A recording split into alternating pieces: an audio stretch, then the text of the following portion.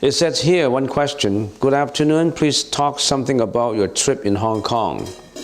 Well, talk about my trip in Hong Kong. I spent 50 days in Hong Kong because I haven't been back for the whole year.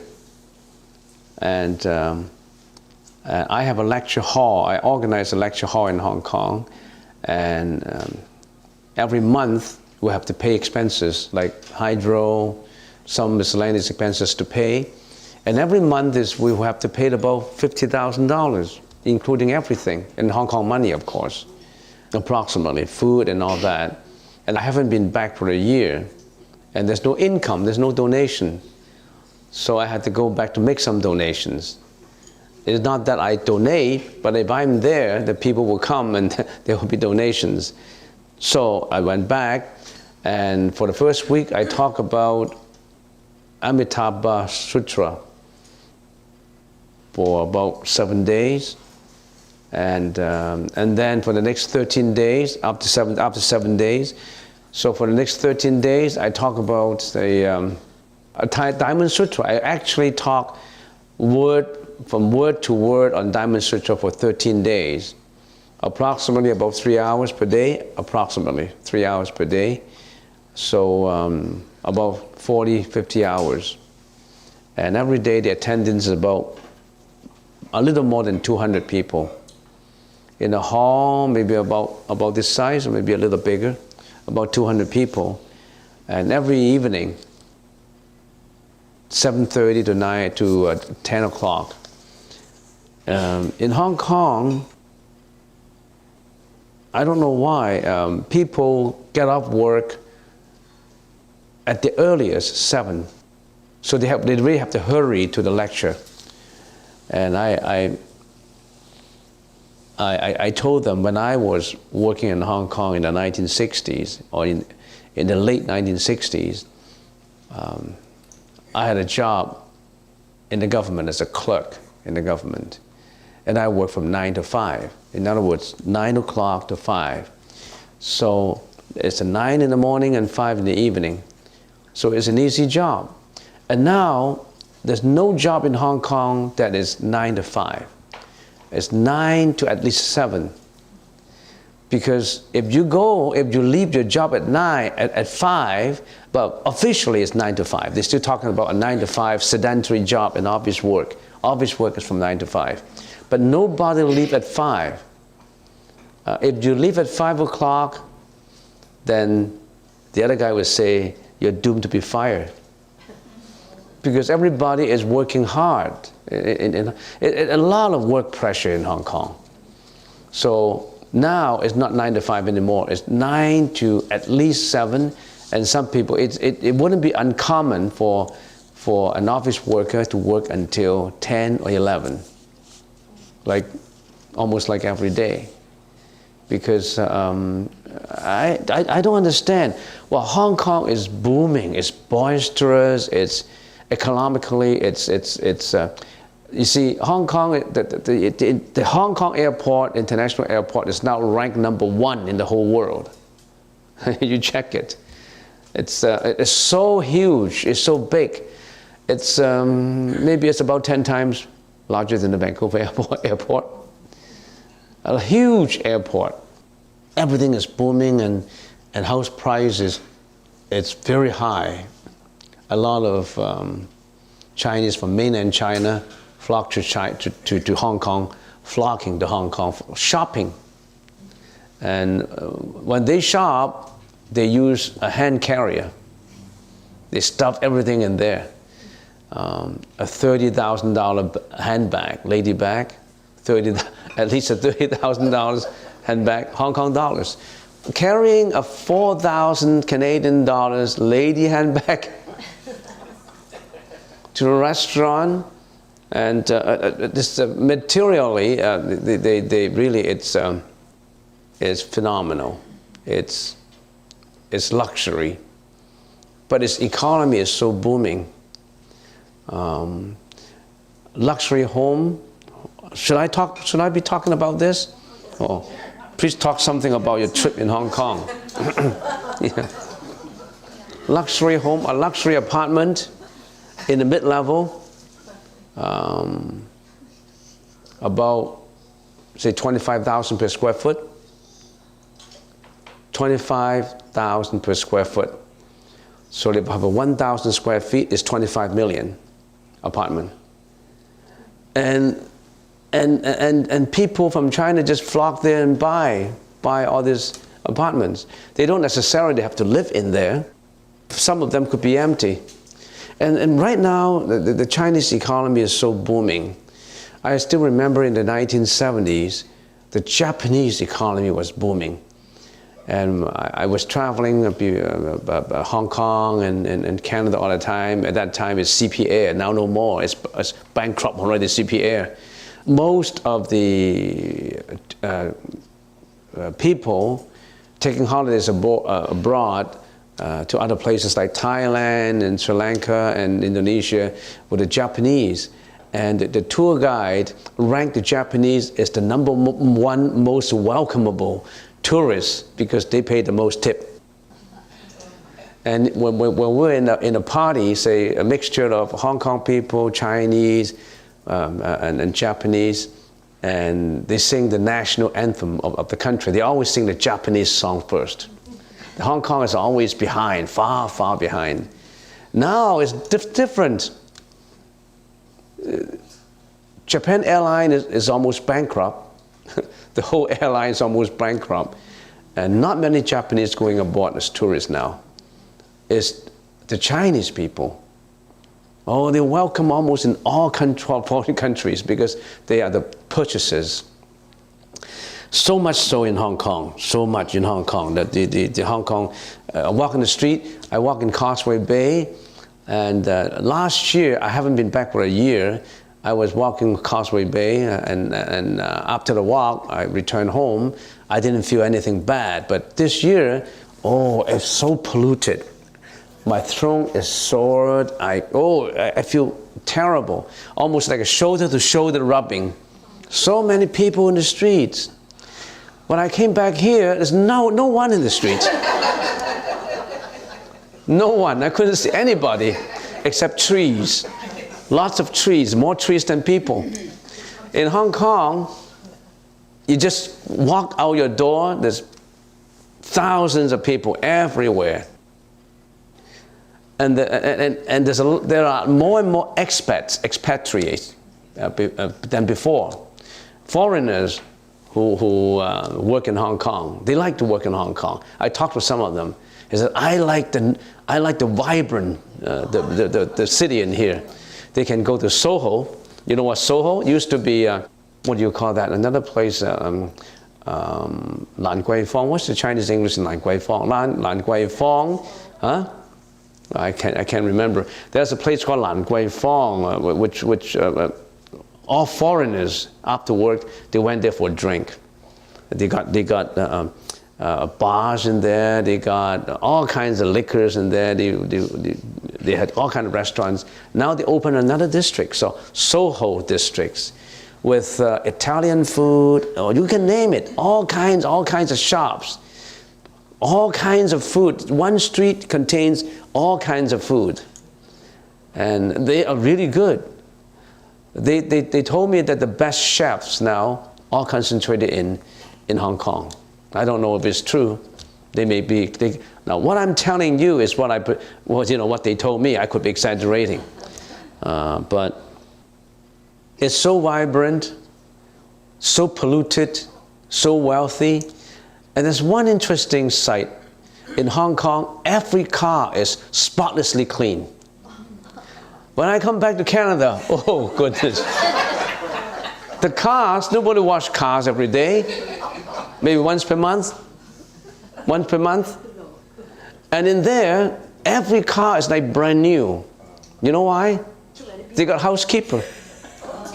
They got Filipino, almost every family has a housekeeper at home.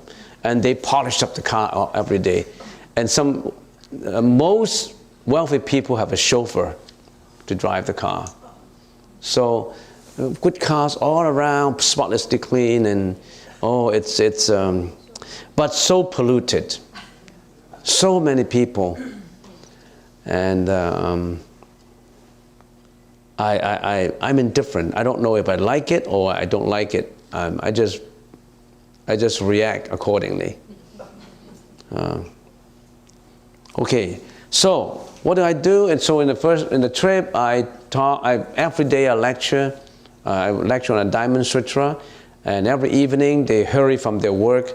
7:30 they participate in the lecture, and I actually lecture on every sentence from the beginning, from chapter 1 to chapter 32, and I finish it in 13 days.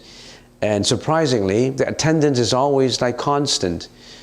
In Hong Kong, the audiences are very practical. If you're not interesting, they won't stay. They won't come. So they find it interesting, and particularly I talk in Cantonese. I'm the most conversant in Cantonese because that's my mother tongue. So I talk in Cantonese, and they really like it. Not many monks talk in Cantonese. Most of them talk in Mandarin. And quite rare that a monk lecture in Cantonese. It's surprising because Hong Kong, mother tongue is Cantonese. Everybody on the street talks Cantonese. And so very welcomeable by the Hong Kong people.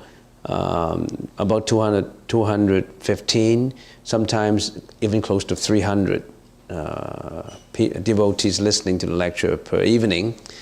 On the last day, there's about 120 people taking the 3 refuges and taking the precepts. So it's a valuable trip. And I also went to China to release Sea Lives, and that's about 2 days. About 40 people participating. Release a lot of turtles, sharks, and a variety of fish in a port where we have to travel for 6 hours from Hong Kong to that port in mainland China. So it's a memorable trip. They all like it, and it's worth going over there. Next question. How does one practice without laziness? Sometimes I just feel like I don't want to practice. I don't even know why, but there are always many reasons. Yeah, I think laziness is in your mind. You don't feel the urgency of it.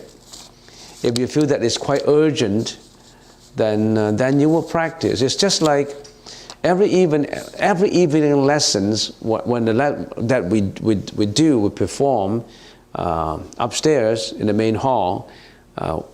The last part of the ceremony, we have a poem to chant, a gatha to chant, and that is how do I translate it? Now maybe let me translate it. The evening is gone. It's gone, and my lifespan is decreasing. In other words, every day is gone, and I'm approaching death. Every day is, I'm counting back. I'm diminishing day by day. It's just like in a fish tank that the water is evaporating. In a fish tank, there's fish in there, and the water is evaporating.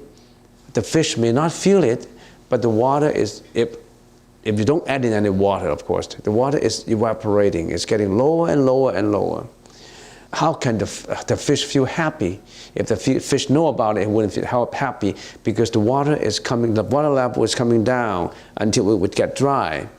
And also, it's like hair burning on fire. If your hair is on fire, you have to put it out immediately. So, in other words, why do we chant that gatha? Because it's urgent that we have to practice. The day of death is coming. Any day. Actually, the clock is ticking. That day, assuming it's 2000 and, I don't know, 50 years later, unless there's 50-year-old, you live at 100, I don't think you live another 60 years at the most. At the most, every person in here, maybe you live through to another 60 years. If you're 40 years old now, I give you another 60 years to be 100. You only get 60 years. And still 60 years is a limited number. Right there, 60, and every day is decreasing the number of days. So actually we are approaching death. And if we think that way, if I'm approaching death, I have to do something about it. But there are people who don't really care. Why do I care? Everybody has to die. Why do I care? But then when you think about it, yes, everybody has to die. But can I die peacefully? I don't want to go through severe sickness. I don't want to be in extreme pain. I don't want to be involved in an accident. I don't want to commit suicide. There's so many things I don't want to experience at the juncture of death. I want to be peaceful. So if you want to be peaceful, you have to do something about now.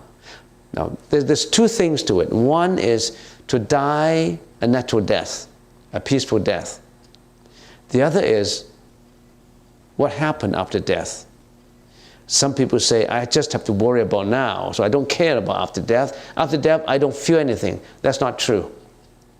Because time is not just of this life, as I said. You have to worry about, not to worry, you have to prepare for life after death. You don't want to roll into reincarnation again. Because what have you experienced through in your life? You've got a divorce? What kind of hardship you have gone through in your life? You're poor, what kind of poverty you have gone through? You're sick, what kind of sickness you have gone through?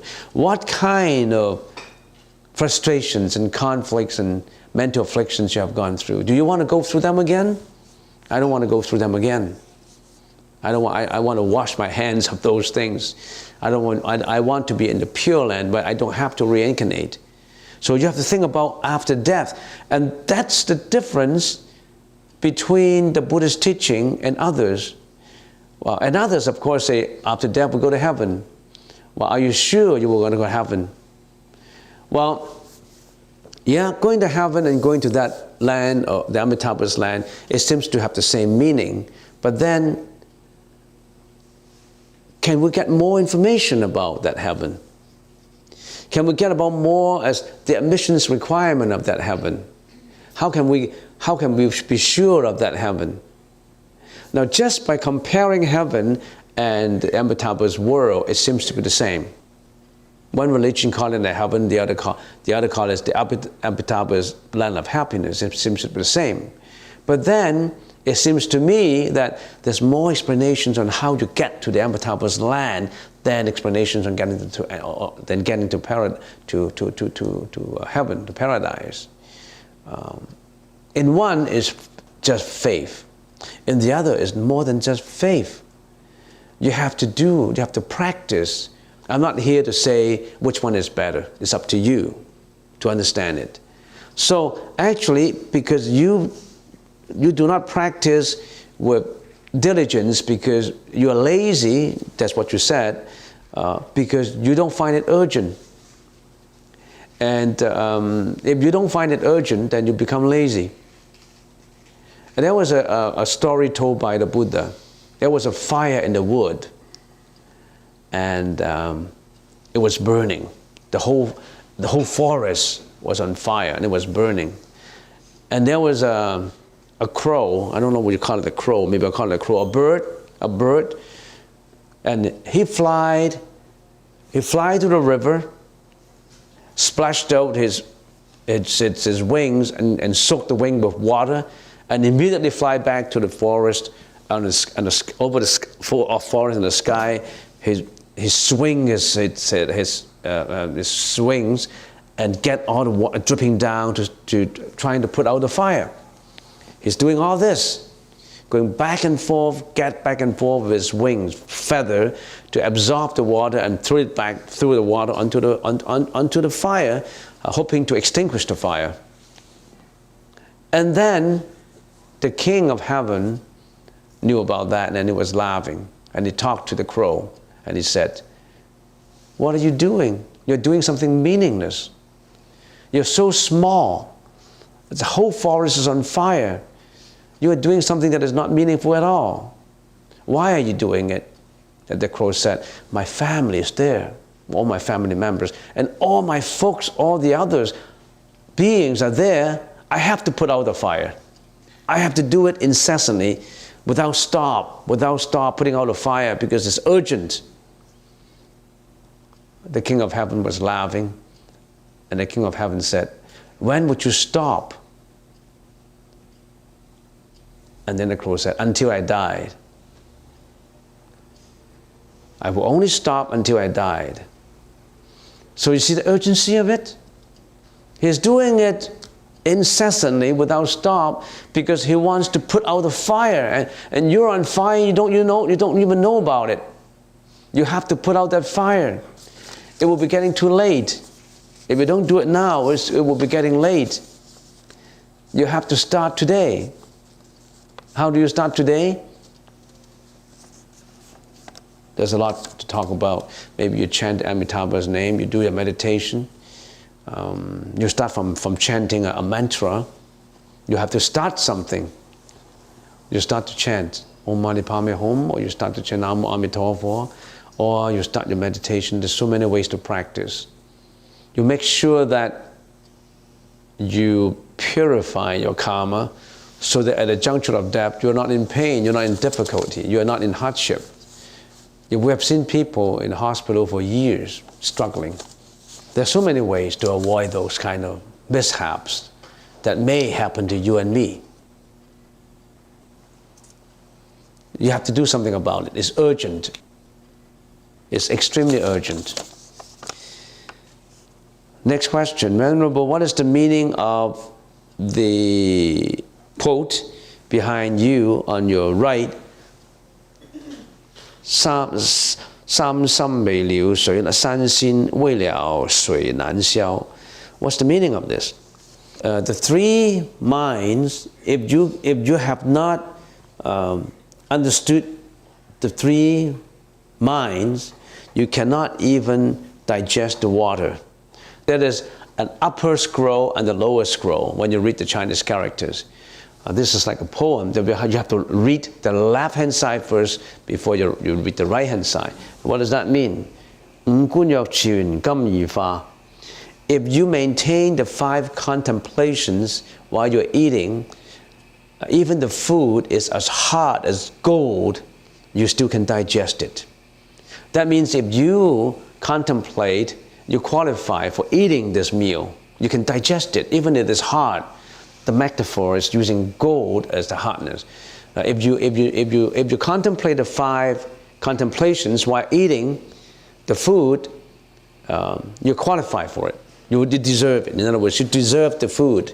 If you're always contemplating, thinking about the 5 contemplations. Of course, you know the 5 contemplations. It's on the paper, the 5 contemplations. Contemplate where the food comes from. Contemplate whether you deserve eating it. Contemplate whether you have practiced the religion to eat it. You just don't eat people give to you. So you have to qualify, deserve eating. You have to maintain the 5 contemplations. That's the upper portion. But that's not what I'm trying to explain in detail. If I explain it to you, because that's the question you asked. The 3 minds, if you have not let go or understood the 3 minds, even something as soft as water you cannot digest. That means you have to contemplate it. You have to understand the 3 minds. What are these 3 minds? Many people talk about these 3 minds different ways. One is the 3 minds is the 3 evil minds. Greediness, hatred, and ignorance. So you have to eliminate your greediness, eliminate your hatred, eliminate your greediness. There's the 3 polluted minds, the polluted mental afflictions that you have. You have to eliminate them, otherwise you're not qualified for eating, for digesting even the water. There's also other saying, the past mind, the present mind, and the future mind. And you have to fully understand it. The past, the present, and the future is empty. The past is gone, it's empty. The future hasn't come, why worry about it? It's empty. The present, every minute of the present becomes the past. Now if we put the 2 scrolls together, these is matter, This is space. This is time. This is space. So, away from time and space. Time is past, present, and future. It's time. Get beyond that. The 5 contemplations, contemplate about where the food comes from. Do you deserve it? It's all related to space. Go beyond it. You're beyond time and space. So that's it. That's the explanation. The second, how do we control our mind to let go of perfectionism, procrastination, and unhealthy stress management like eating? How do we restart on the right path practically and just do the work? How do we control our mind? You have to understand your mind first. You have to understand the basic teaching of the Buddha and follow the basic teaching. You have to remember the teaching and follow it accordingly. How to let go, because if you've listened to the Diamond Sutra, how to let go of the ego, how to let go of the concept, the fourfold fallacious concept of ego, personalities, sentient beings, and continuity. After you have understood well the Buddha's teaching, you just grasp a few important points and practice accordingly. For example, if you want to control your mind, have you taken the 3 refuges? You haven't even taken the 3 refuges. You don't understand how to take the 3 refuges. Have you taken the 5 precepts?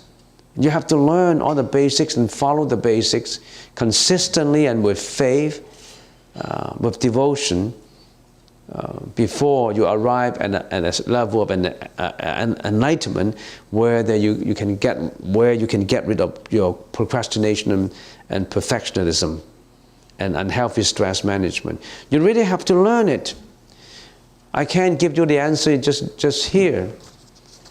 It is an accumulation of the Buddha's teaching. That's why you have to learn. That's why you have to do meditation.